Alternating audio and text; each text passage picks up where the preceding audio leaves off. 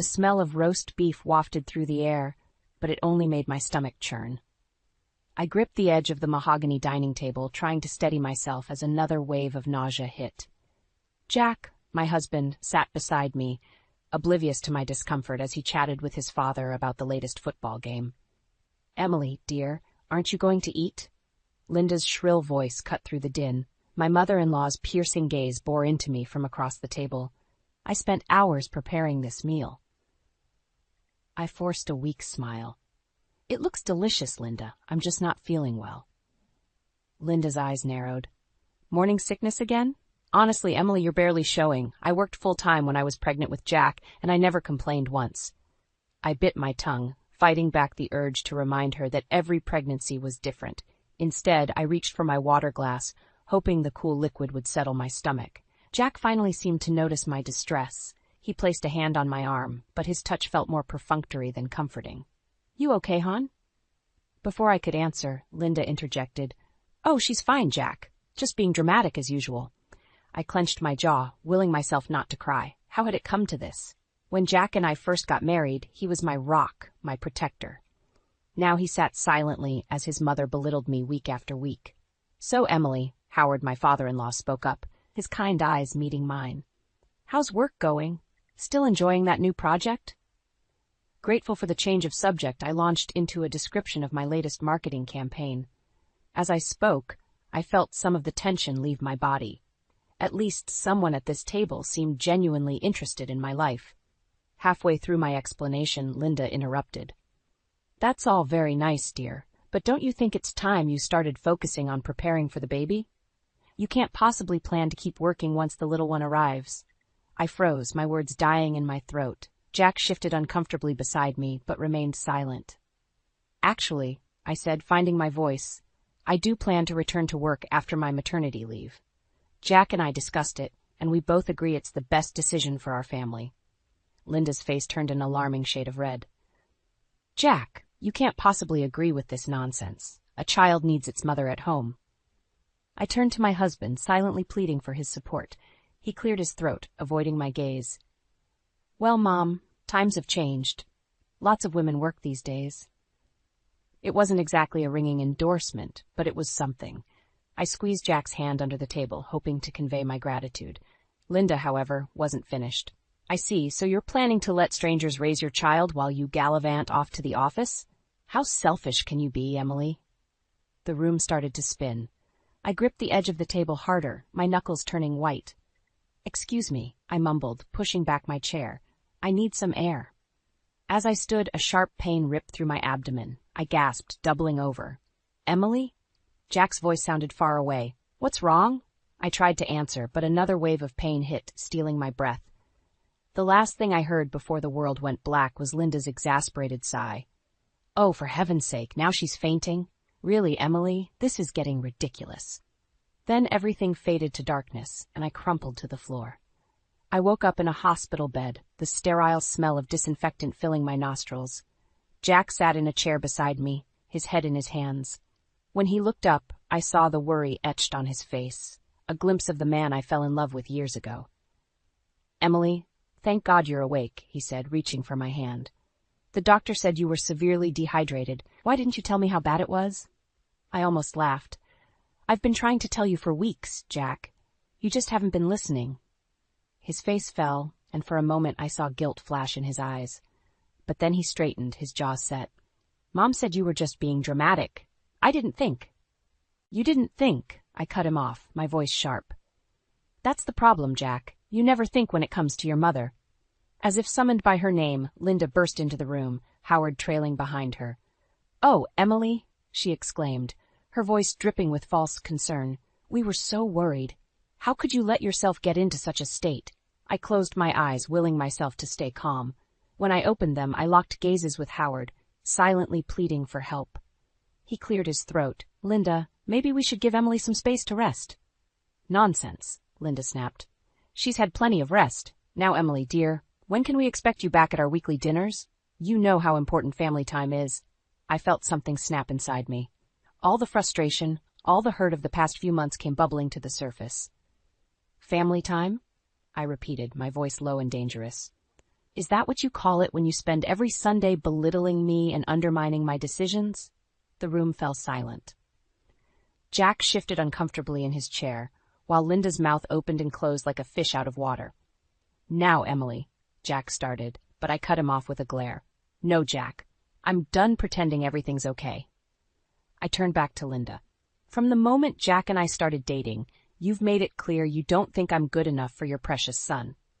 Well, guess what? I'm not going anywhere. This baby is coming, whether you like it or not, and I won't let you poison our child with your toxic behavior. Linda's face turned an alarming shade of red. How dare you speak to me like that? Jack, are you going to let her talk to your mother this way? All eyes turned to Jack. I held my breath, a part of me still hoping he'd stand up for me, like he used to in the early days of our relationship. But Jack just sat there, looking lost. I don't know what to say, he mumbled. In that moment, I saw our entire relationship flash before my eyes. Our first meeting at a speed dating event, where Jack's kind smile had stood out in a sea of forgettable faces. Our whirlwind courtship filled with laughter and dreams of the future. The gradual change after our wedding as Linda's influence grew and Jack became more distant. I think, Howard said quietly, breaking the tense silence, that we should all take a step back and give Emily the rest she needs. Linda opened her mouth to protest, but Howard silenced her with a look I'd never seen him use before. As they left the room, I caught Howard's eye. He gave me a small, sad smile that spoke volumes. Left alone with Jack, I felt a weariness settle over me that had nothing to do with my physical condition. Emily, Jack started, his voice hesitant. I'm sorry. I know things haven't been easy lately. I looked at him, really looked at him, and wondered when we'd become such strangers. Sorry isn't enough anymore, Jack, I said softly. Something has to change. As the words left my mouth, I felt the baby kick, as if in agreement. I placed a hand on my swollen belly, a fierce protectiveness washing over me. Whatever happened next, I knew one thing for certain. I would do whatever it took to protect my child from the toxic environment I'd endured for far too long. The bathroom floor was cold against my cheek as I hugged the toilet bowl, heaving for the third time that morning. 6 months into my pregnancy, and the morning sickness showed no signs of letting up. I heard Jack's footsteps in the hallway and braced myself for another round of his half-hearted concern. Emily? You okay in there? His voice was muffled through the door. I wiped my mouth with the back of my hand. Just peachy, I croaked. The door creaked open, and Jack poked his head in. Listen, I know you're not feeling great, but Mom's expecting us for dinner tonight. She's making her famous pot roast. I stared at him in disbelief. Jack, I can barely keep water down. How am I supposed to sit through another dinner? He shifted uncomfortably. Can't you just try? For me? The plea in his voice made something snap inside me. I struggled to my feet, ignoring the way the room spun. For you? When was the last time you did something for me, Jack? His face hardened. That's not fair. I've been working extra hours to prepare for the baby. And I've been growing a human being while your mother treats me like an incubator. I shot back. Jack's phone buzzed, and he glanced at it. It's Mom. She wants to know if we're bringing dessert. I threw my hands up in exasperation. Unbelievable. You know what? Go to your precious dinner. I'll stay here and try not to die of dehydration. His eyes widened. You can't be serious. Mom will be devastated if you don't show up. Oh, I'm dead serious, I said, brushing past him into the bedroom. In fact, I think I'm done with these weekly torture sessions altogether. Jack followed me, his voice rising. Emily, you can't just decide that on your own. We're a family.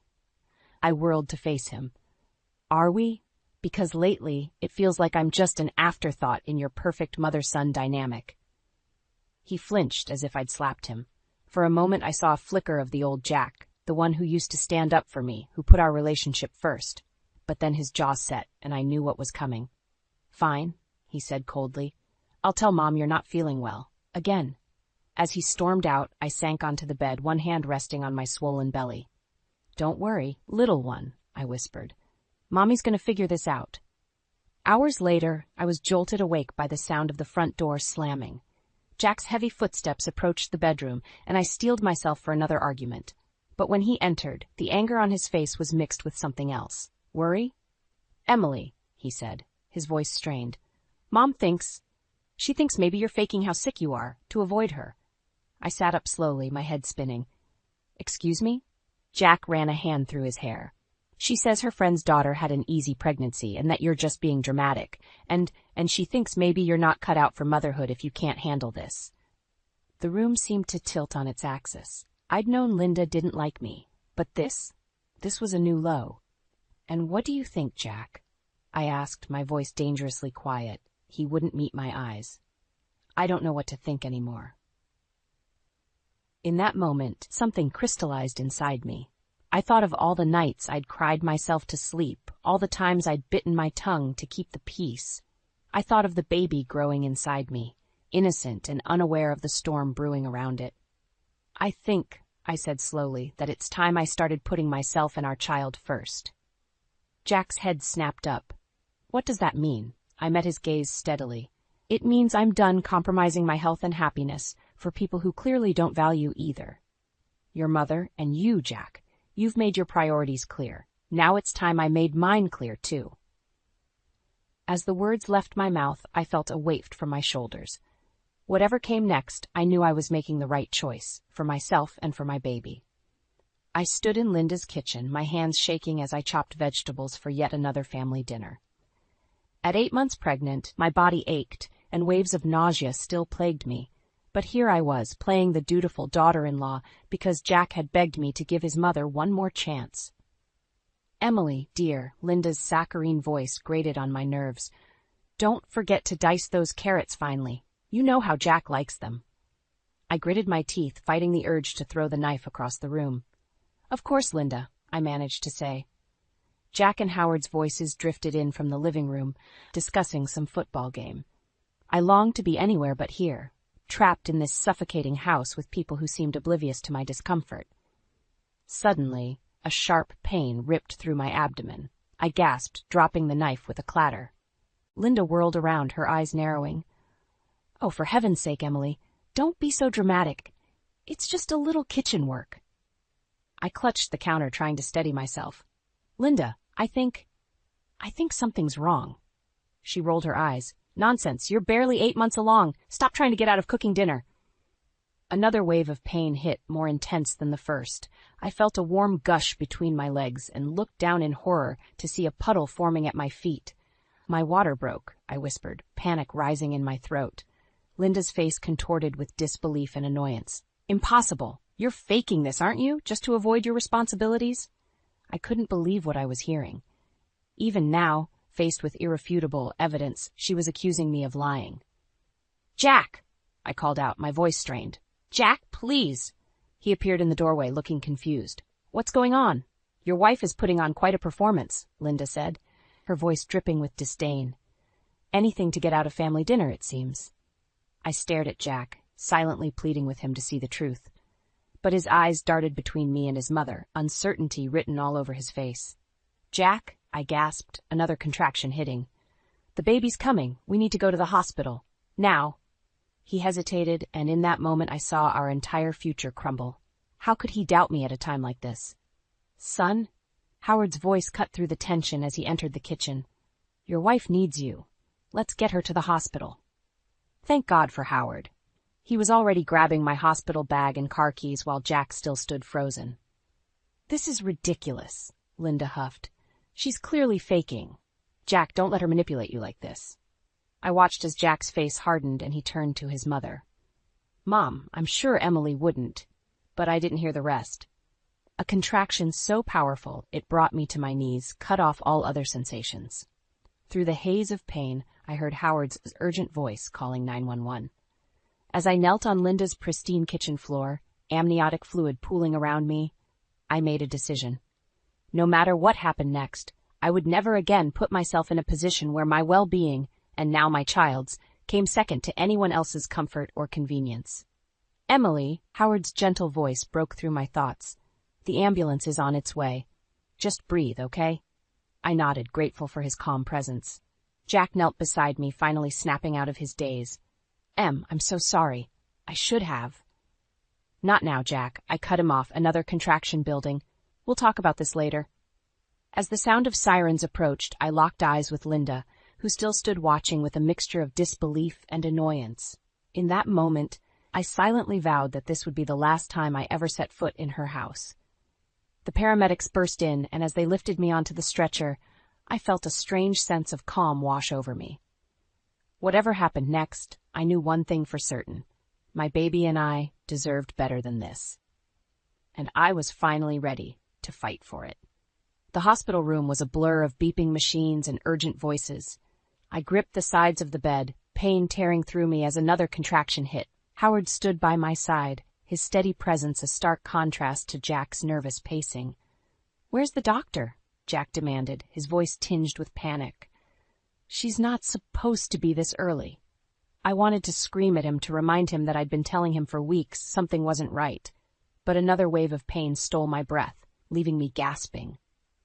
"Jack," Howard said firmly, "why don't you go check on the doctor? I'll stay with Emily." As Jack rushed out, Howard took my hand. "You're doing great, Emily. Just breathe."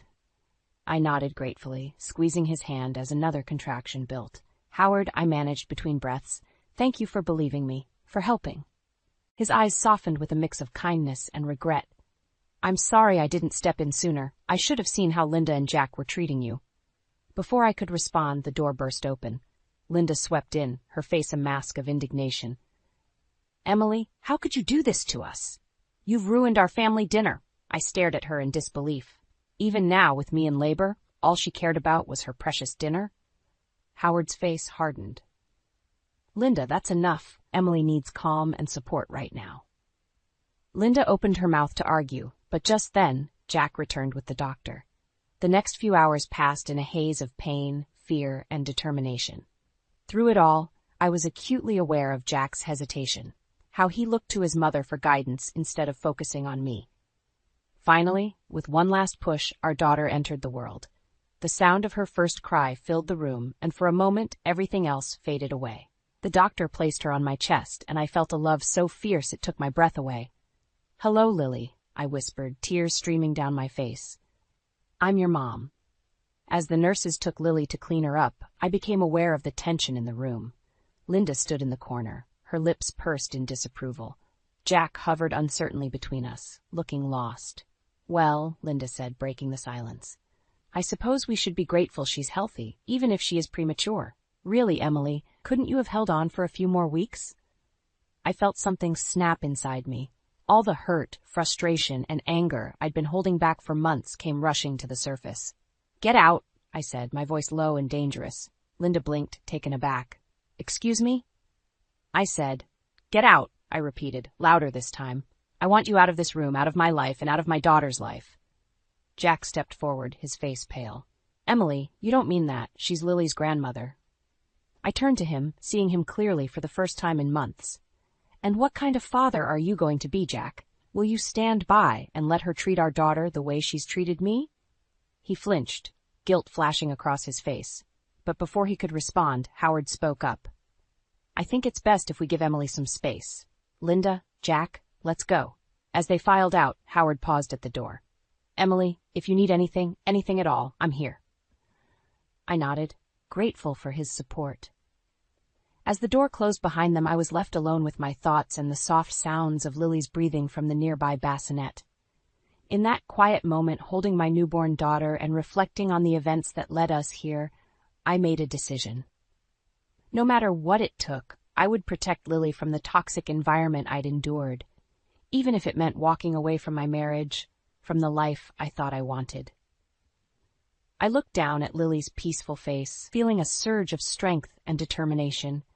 "It's you and me now, little one," I whispered, "and I promise I'll always put you first." The front door creaked open as Jack helped me inside, Lily nestled in my arms. After a week in the hospital, I was exhausted but determined. The house felt different now, as if the very walls held their breath, waiting to see what would happen next. "Emily, dear," Linda's shrill voice pierced the air. She bustled into the hallway, arms outstretched. "Let me see my granddaughter." I instinctively tightened my hold on Lily. "Not now, Linda. We're tired and need to rest." Linda's face fell, but she quickly plastered on a smile. Of course.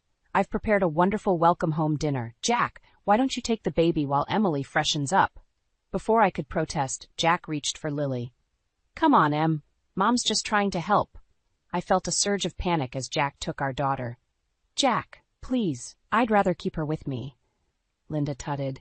Emily, you can't be so possessive, it's not healthy. I bit my tongue, too tired to argue. As I watched Jack carry Lily into the living room, following his mother like an obedient puppy, something inside me hardened.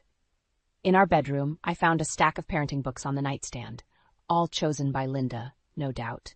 Atop the pile sat a handwritten note. Emily, I hope these help you become a better mother. Love, Linda. My hands shook as I crumpled the note. How dare she?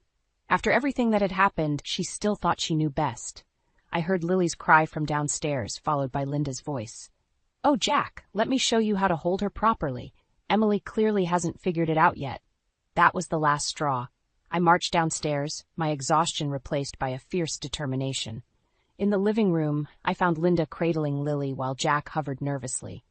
Give me my daughter, I said, my voice low and dangerous. Linda looked up, surprise flashing across her face. Emily, don't be silly. I'm just showing Jack. Now. I held out my arms, leaving no room for argument. Jack stepped forward, his brow furrowed. Em, what's gotten into you? Mom's just trying to help. I turned to him, really seeing him for the first time since Lily's birth. Is she, Jack? Or is she trying to control our family, just like she's controlled you all these years? The room fell silent, save for Lily's soft whimpers. Linda's face hardened as she reluctantly handed me the baby. I think, I said, cradling Lily close, that it's time we had a serious talk about boundaries. Jack's eyes widened. Emily, please. Can't we just enjoy being home? I shook my head, feeling a strange calm settle over me. No, Jack. We can't keep pretending everything's okay. It's not just about me anymore. It's about Lily. Linda huffed. This is ridiculous. Jack, tell your wife she's being unreasonable. But as Jack opened his mouth to speak, I cut him off. Actually, I have something to say first. I took a deep breath, steeling myself for what came next. I can't do this anymore. The constant criticism, the lack of support, the way you both dismiss my feelings and needs. It stops now. Jack paled. What are you saying? I met his gaze steadily. I'm saying that unless things change dramatically, and I mean real, lasting change, I'm leaving, and I'm taking Lily with me. The silence that followed was deafening. Linda's face contorted with rage, while Jack looked like he'd been slapped. You can't do that, Linda sputtered. Jack, tell her she can't do that. But Jack just stood there, mouth opening and closing like a fish out of water. I felt a weight lift from my shoulders as I spoke the words I'd been holding back for so long. I can, and I will. I love you, Jack, but I love our daughter more, and I won't let her grow up in this toxic environment. As I turned to head back upstairs, Lily snuggled against my chest with I heard Linda's indignant squawks and Jack's stammered protests. But for the first time in months, I felt truly at peace with my decision. Whatever came next, I knew I was doing the right thing, for myself and for Lily.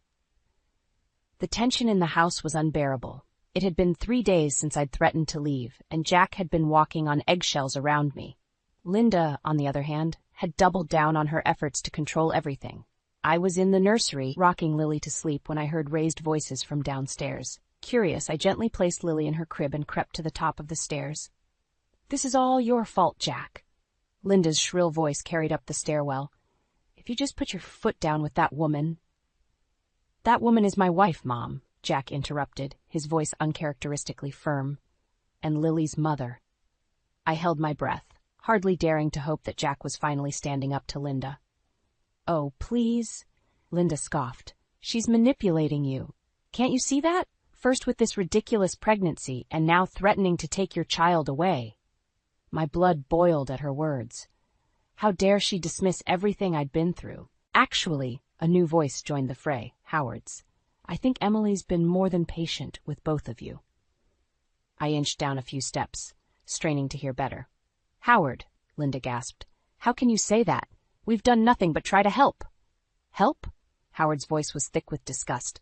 Is that what you call constantly criticizing and belittling our daughter-in-law, dismissing her health concerns, trying to take over raising our granddaughter? There was a moment of stunned silence before Linda sputtered.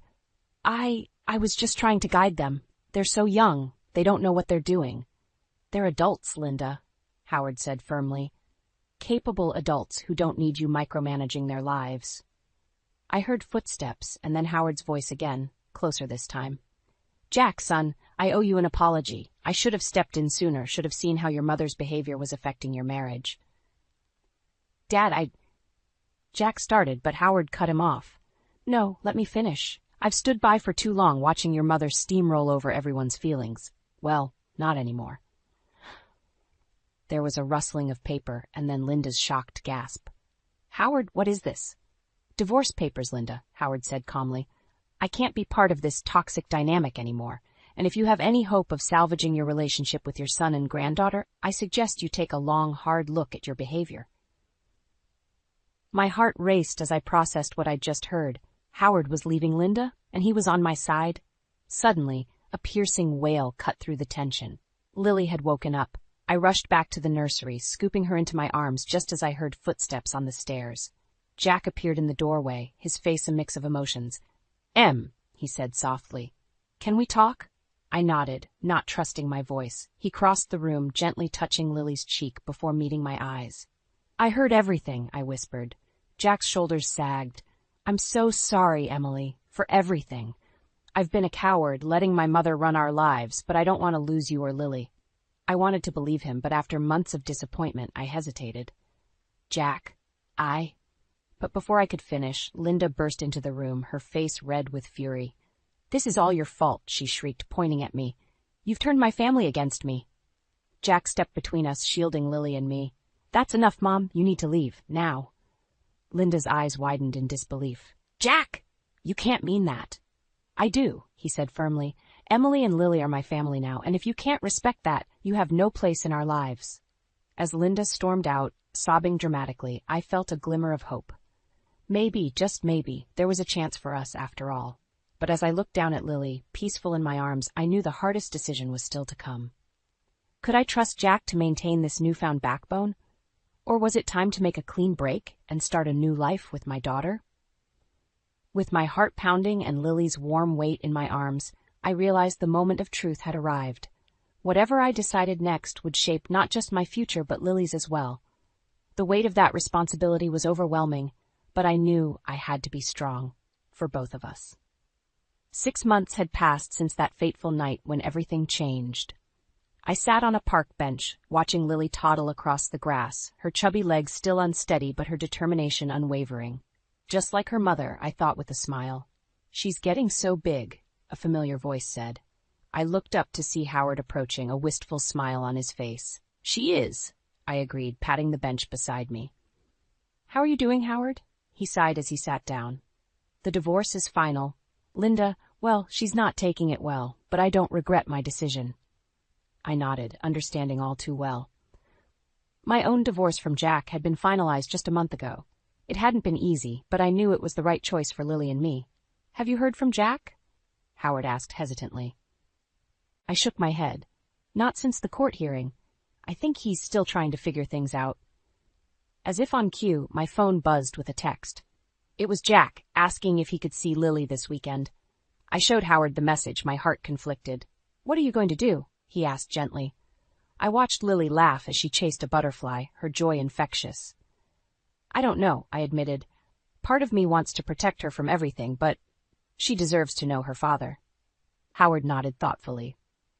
You know, Emily, I've been thinking a lot about the mistakes I made, staying silent when I should have spoken up, letting Linda's behavior go unchecked for so long. I don't want to make those same mistakes with Lily. I turned to him, surprised. What do you mean? I mean, he said, his eyes misty, that I want to be there for both of you. Not to replace Jack, but to support you however I can, if you'll let me. Tears welled up in my eyes as I reached out to squeeze his hand. Howard, you've already done so much. Your support these past months has meant everything. Just then Lily toddled over, holding out a dandelion. Mama, she exclaimed proudly. I scooped her up, inhaling her sweet baby scent. Thank you, sweetheart. It's beautiful. As Lily snuggled into my lap, I felt a sense of peace wash over me. The road ahead wouldn't be easy, but I knew we'd be okay. You know, I said to Howard, I think I will let Jack see Lily this weekend, but on my terms. No Linda, and only for a few hours. Howard nodded approvingly. That sounds fair, and if you need backup, I'm just a phone call away. As the sun began to set, casting a golden glow over the park, I reflected on how much had changed. The Emily of a year ago would never have believed she'd be here, a single mother, divorced, but stronger and happier than ever. "Come on, little one," I said, standing up with Lily in my arms. "Let's go home." Howard walked us to my car, helping me buckle Lily into her seat. Before I got in, he pulled me into a warm hug. "I'm proud of you, Emily," he said softly. "You're an amazing mother, and Lily is lucky to have you." As I drove home, Lily babbling happily in the back seat, I felt a surge of gratitude. For my parents, who had welcomed us with open arms. For Howard, who had become the father figure I never knew I needed. And even for Jack and Linda, whose actions had ultimately led me to find my own strength. But most of all, I was grateful for Lily. My beautiful, resilient daughter who had given me the courage to stand up for myself and create the life we deserved. As we pulled into our driveway, our new home, free from the shadows of the past, I made a silent promise to Lily and myself. We would face whatever challenges came our way together, with love, strength, and the unwavering belief that we deserved happiness. The future was uncertain, but for the first time in a long time, I was excited to see what it held. As I unbuckled Lily from her car seat, her tiny arms wrapping around my neck, I knew that this moment, this love was all that truly mattered. We were survivors, Lily and I, and together we would thrive.